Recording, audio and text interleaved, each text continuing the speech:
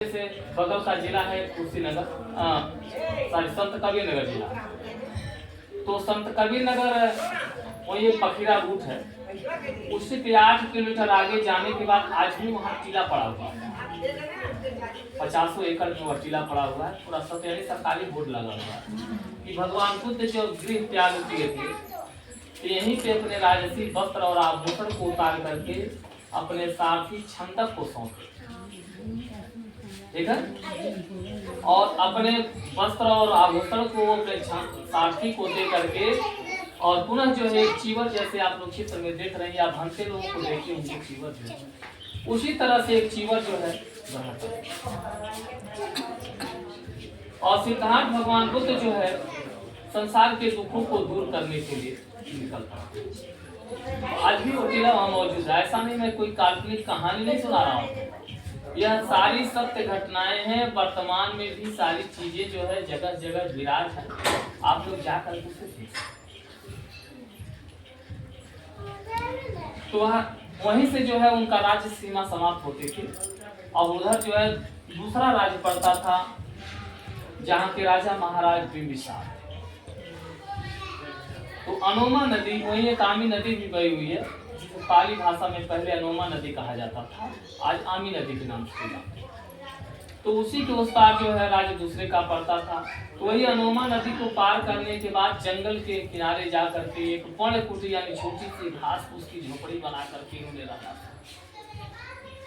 इनकी ख्याति इतनी तेजी से पूरे राज्य में फैल गई, खबर महाराज बिंबिसार तक पहुंच गई कि राजन, आपके राज्य में एक अलौकिक सन्यासी आए हुए हैं जो देखने में बिल्कुल राजकुमार जैसे लग रहे हैं, लेकिन सन्यासी।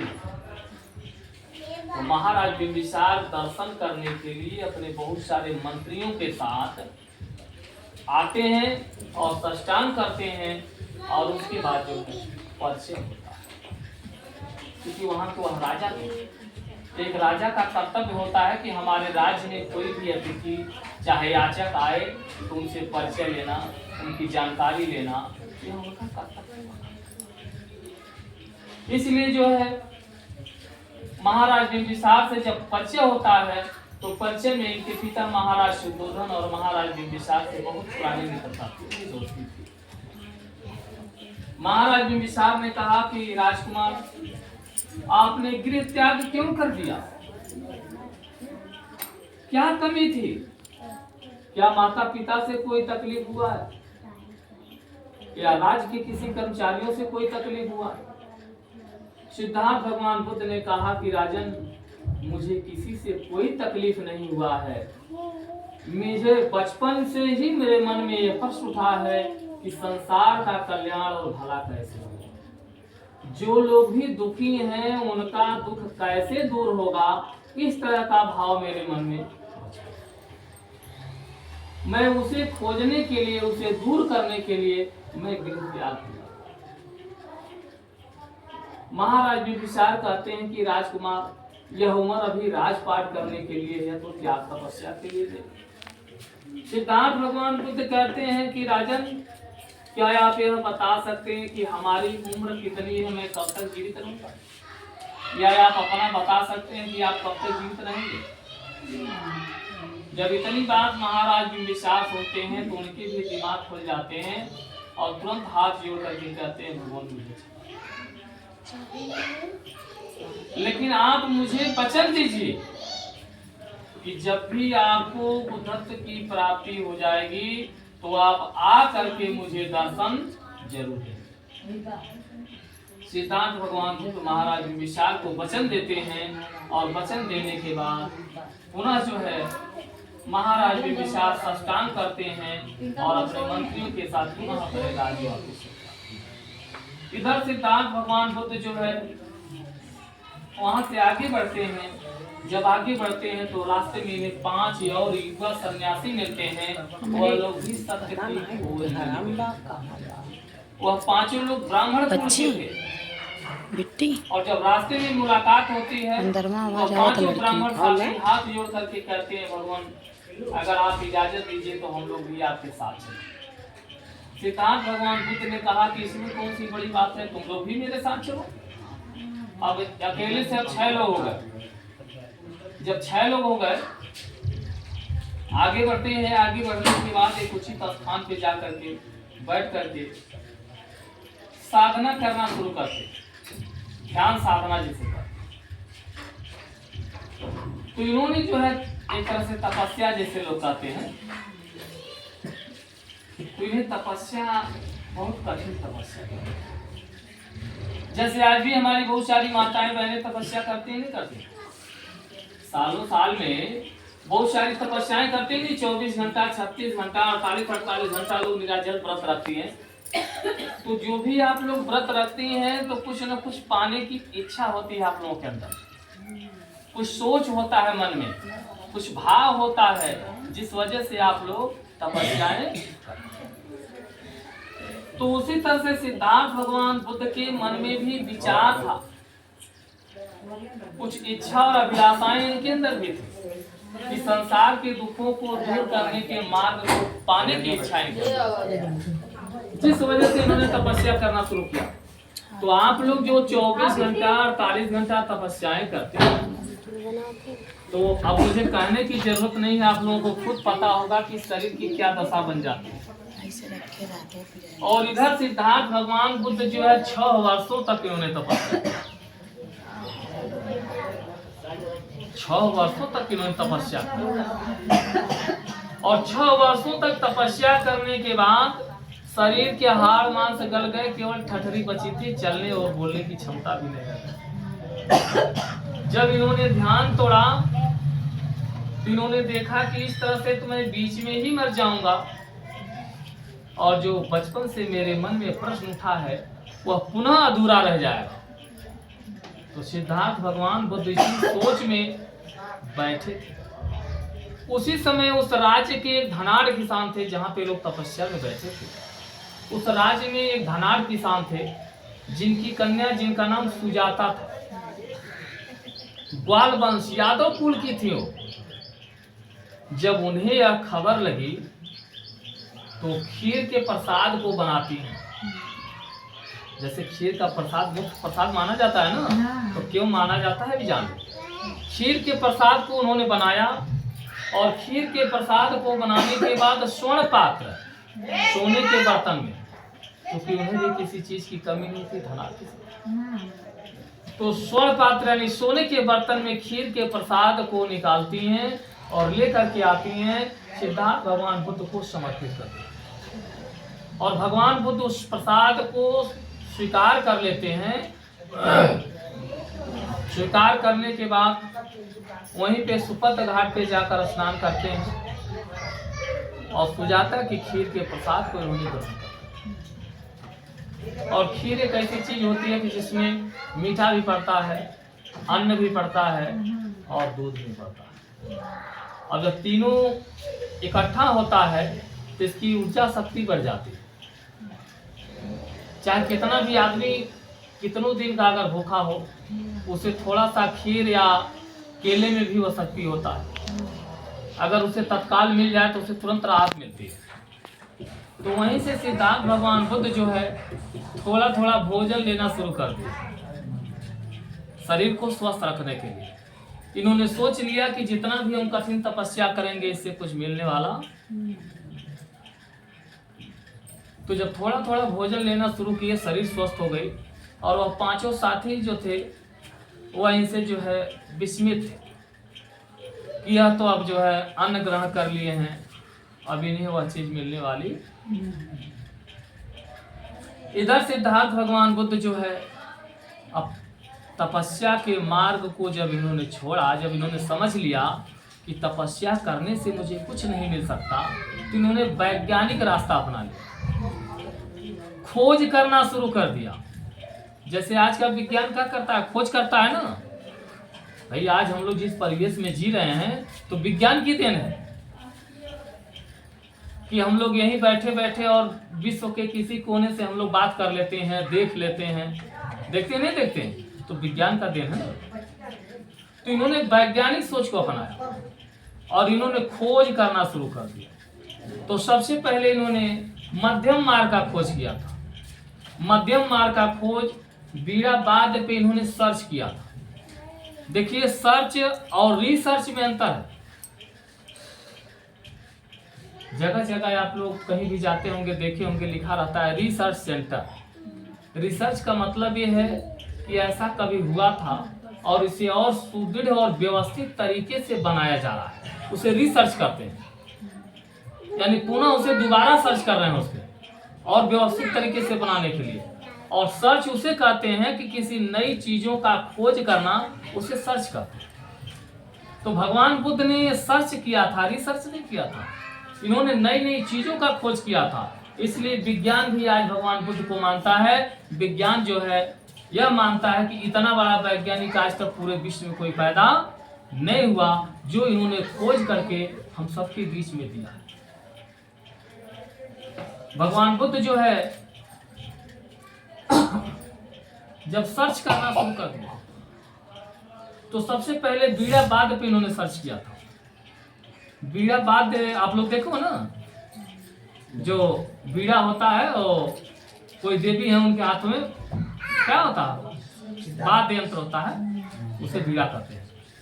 तो जैसे बीड़ा के तार को अगर अधिक कस दिया जाए तो मधुर ध्वनि आ सकती है, अगर बहुत ज्यादा ढीला कर दिया जाए तो भी उसमें से मधुर ध्वनि नहीं आ सकती। जब उसे मध्यम में रखेंगे, बहुत ज्यादा ढीला न बहुत ज्यादा टाइट करना, जब वो मध्यम में रहेगा तो उसमें से मधुर ध्वनि आती है। तो इन्होंने वहीं से जो है बीड़ाबाद पे सर्च करके मध्यम मार्ग का खोज किया और मध्यम मार्ग का खोज करने के बाद वहीं से थोड़ा थोड़ा भोजन लेना और संसार के दुखों को दूर करने के मार्ग को ढूंढना। अब वह ढूंढते ढूंढते अब वहां से जो है पहुंच जाते हैं बोध गया। आज भी बोध गया मौजूद है, कोई गया नहीं आप गए हैं? चलिए कभी जा करके घूमिए। आज भी बोध गया में बोधि वृक्ष के नीचे, जिसे आप लोग पीपल का पेड़ कहते हैं, उसे बोधि वृक्ष कहा जाता है, ज्ञान वृक्ष कहा जाता है, जीवन दायिनी महाबोधि वृक्ष कहा जाता है। मतलब अलग अलग जगहों पे अलग अलग नामों से। बोध गया में बोधि वृक्ष के नीचे निरंजना नदी के किनारे, आज भी वहां निरंजना नदी है, आज भी वहां पे निरंजना नदी मौजूद है और यह बोधि वृक्ष भी मौजूद है, जिसके नीचे भगवान बुद्ध को ज्ञान प्राप्त हुआ था। 2500 साल पहले की तो बात है, ज्यादा दिन की तो बात नहीं। और पेड़ तो वह नहीं रहा, कुछ अराजकताओं ने कटवा दिया, लेकिन जड़ वही है। उसी जड़ से वह पेड़ है जिसकी शाखाएं लोहे के पिलर पर रोकी गई है। इतनी मोटी मोटी उसकी शाखाएं हैं, डालियां जो है, कि लोहे का पिलर बना बना करके रोका गया है कि कहीं टूटने न पाए। तो बोध गया में बोधि वृक्ष के नीचे निरंजना नदी के किनारे भगवान बुद्ध जो है ज्ञान का खोज करना प्रारंभ हुआ। तो ऐसा नहीं कि बड़ी आसानी से नहीं ज्ञान मिला होगा, इन्हें भी बहुत सारी आपदाएं आई, प्राकृतिक आपदाएं आई, आंधी तूफान मार, बहुत सारे लोगों ने इन्हें परास्त करना चाहा, लेकिन भगवान बुद्ध अपने करुणा और मैत्री के बल से, अपने तर्क के बल से सबको परास्त कर दिया। और सबको परास्त करने के बाद बुद्धत्व की प्राप्ति कर, यानी जिस चीज की इन्हें खोज थी उसको खोज लिया, संसार के दुखों को दूर करने के मार्ग से। जब भगवान बुद्ध को बुद्धत्व की प्राप्ति हो गई तो इन्होंने विचार किया कि ज्ञान तो मुझे मिल गया, लेकिन संसार का भला करने के लिए तो ज्ञान सबको देना पड़ेगा। तो आखिर मेरे ऊपर विश्वास कौन करेगा? भाई सबसे पहले मैं किसी को बताऊं तो विश्वास कौन करेगा? तो इन्हें वह 5 युवा सन्यासी याद आते हैं जो तपस्या के दौरान बिछुड़ जाते हैं। तो सिद्धार्थ नहीं रह गए, अब भगवान बुद्ध, अब बुद्ध बन गए। भगवान बुद्ध जो है बोध गया से उन 5 साथियों को खोजते हुए सारनाथ आते हैं। आपके बगल में है, ज्यादा दूर नहीं, बनारस सारनाथ। कभी आप लोग यहाँ भी आके देखिए। सारनाथ में जो है वह 5 साथी तपस्या कर रहे थे। अभी भी वह तपस्या पर विश्वास रखे थे।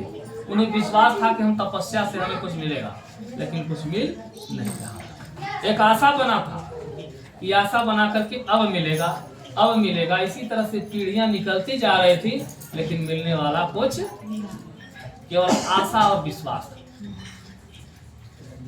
तो जब भगवान बुद्ध जो है उन 5 साथियों को ढूंढते हुए बोध गया से सारनाथ आते हैं, तो वह 5 साथी अपना तपस्या में लिप्त, और दूर से ही जैसे देखे तो वह 5 साथी विस्मित हो गए। ये तो बीच में ही अपना रास्ता भटक गए हैं, इनका कोई सम्मान नहीं। उनको क्या पता कि इन्हें जो है बुद्धत्व की प्राप्ति हो चुकी, बुद्ध बन चुके। लेकिन जैसे जैसे भगवान बुद्ध उन 5 साथियों के करीब पहुंचे, और जब इनकी दृष्टि उन 5 साथियों पर पड़ी, तो 5 साथियों के दिमाग अपने आप खुल गए, और वह 5 साथी सेवा में लग गए। और सेवा भाव होने के बाद भगवान बुद्ध ने कहा कि मित्रों, मुझे वह ज्ञान मिल गया जिस ज्ञान की तलाश मुझे बचपन से थी। वह 5 साथी सोच में पड़ जाते हैं कि आखिर ये तो बीच में भोजन कर लिए थे, तो इन्हें कैसे मिल सकता है। तो भगवान बुद्ध ने कहा कि मित्रों, तुम लोग यह बताओ कि क्या मैं कभी मिथ्या भाषण किया हूं? मिथ्या का मतलब होता है झूठ बोलना। तो 5 ब्राह्मण साथी हाथ जोड़ करके कहते हैं, भगवान मैं ही नहीं, इस संसार में जो लोग भी आपको जानते और मानते हैं, कोई यह नहीं कह सकता कि आप कभी मिथ्या भाषण किए। आज से आप हमारे भगवान हैं, हमारे गुरु हैं। आप हम लोगों को ज्ञान दीजिए, हम लोग ज्ञान लेने के लिए पुनः जो है वह 5 साथी उसी सारनाथ में एक ऊंचा सा आसन लगाते हैं भगवान बुद्ध को बैठने के लिए, और नीचे अपने आसन लगा करके 5 साथी, और भगवान बुद्ध उन 5 साथियों को ज्ञान देना प्रारंभ करते हैं, उपदेश देना प्रारंभ। और जब वह 5 साथियों को ज्ञान दे दिए और वह 5 साथी ज्ञान को अर्जित कर लिए, तो वह 5 साथी हाथ जोड़ करके कहते हैं, भगवान आपने जो हम 5 लोगों को ज्ञान दिया है, यह पूरे विश्व ब्रह्मांड में सर्वोपरि ज्ञान है, इससे बड़ा कुछ नहीं हो सकता।